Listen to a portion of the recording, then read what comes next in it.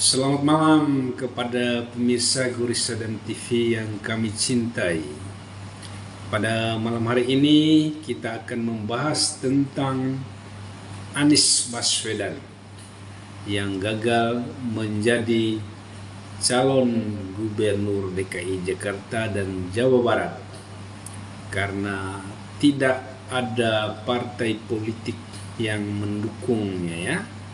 Tetapi yang kita bahas saat ini adalah Anies yang mengedarkan visi misinya melalui media sosial X pada tanggal 26 September ya, 24 yang lalu ya, 2024 yang lalu ya.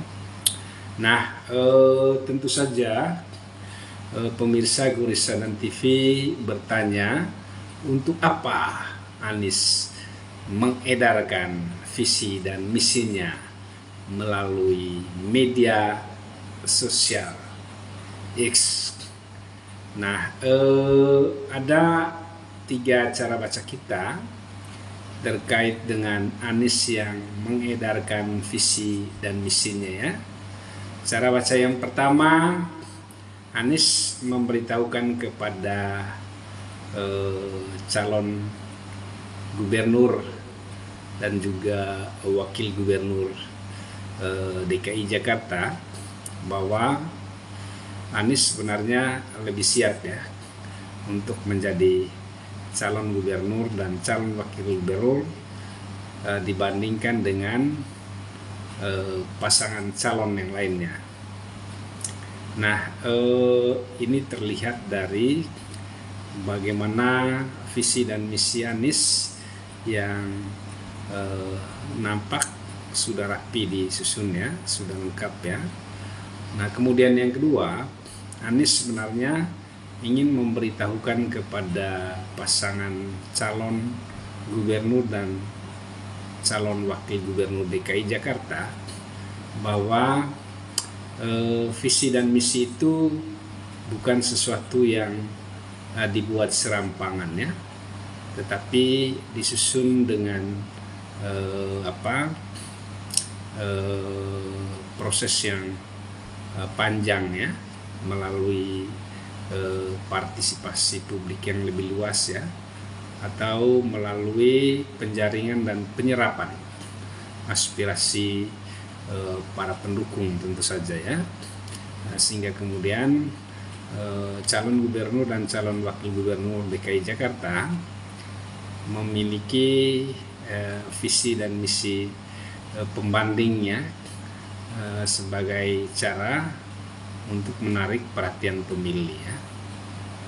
Dan yang ketiga, Anies sebenarnya ingin mengatakan bahwa Anies masih eksis ya.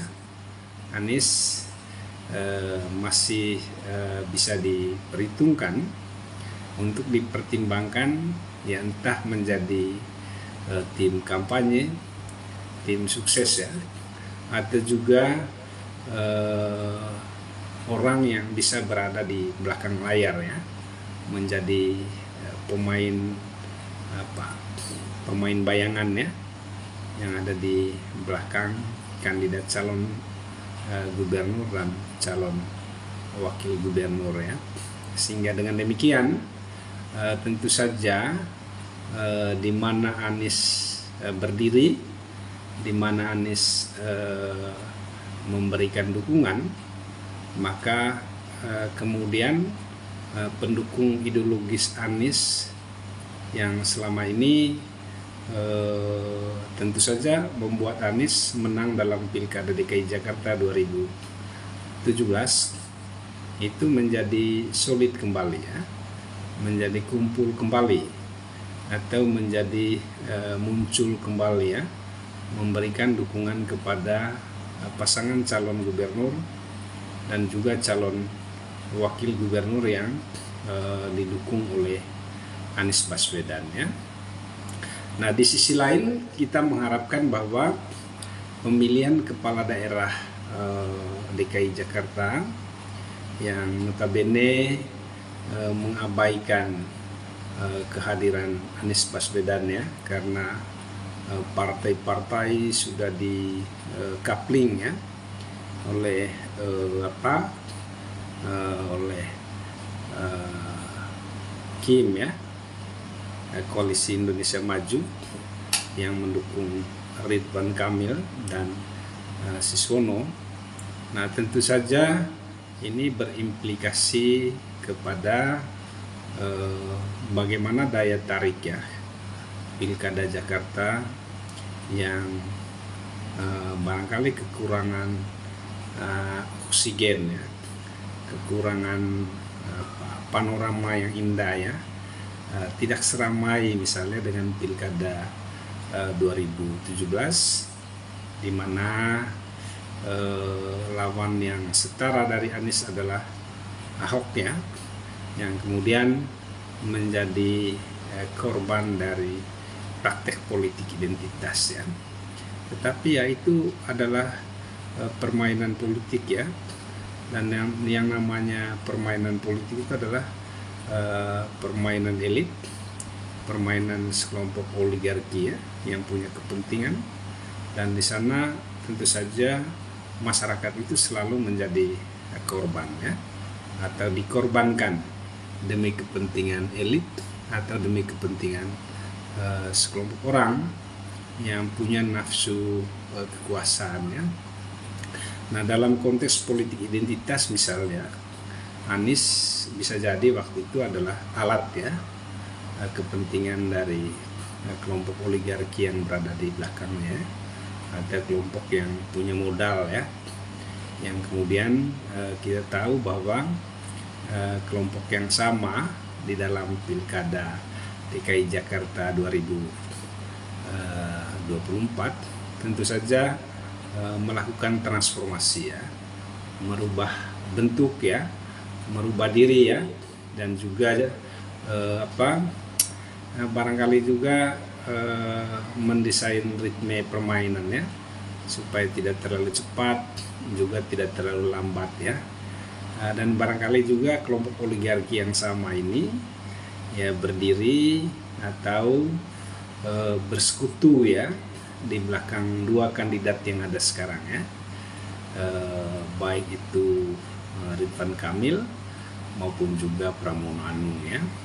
Dan dalam konteks itu kita sebenarnya bisa membaca bahwa calon kepala daerah itu hanya wayang ya, hanya sebagai alat, hanya sebagai instrumen ya dari kelompok oligarkis yang bermain atau punya kepentingan di belakangnya. Bagi kelompok oligarkis ini atau kelompok kapitalis ini, yang paling penting bagi mereka adalah keuntungannya. Tidak penting ya permainannya seperti apa, apakah itu dilakukan secara vulgar dengan money politik atau secara vulgar dengan politik uang, atau juga secara vulgar ya dengan menggunakan aparat sipil negara ya sebagai instrumen, sebagai alat untuk memperoleh kemenangannya. Bagi mereka semua alat bisa dipakai ya, semua cara bisa digunakan, semua metode bisa digunakan. Yang paling penting adalah kandidat yang didukungnya itu bisa memperoleh kemenangan. Demikian saja pemirsa Goris Hadam TV. Jika Anda suka dengan video-video yang dibuat oleh Goris Hadam TV, jangan lupa untuk like, komen, subscribe ya, dan juga bagikan kepada teman-teman Anda. Ceritakan bahwa Goris Hadam TV mencerdaskan Indonesia. Jangan takut untuk berpikir kritis, analitis, dan reflektif. Nah, demikian saja pemirsa Goris Hadam TV. Selamat malam. Semoga Anda selalu sehat untuk Indonesia yang lebih baik.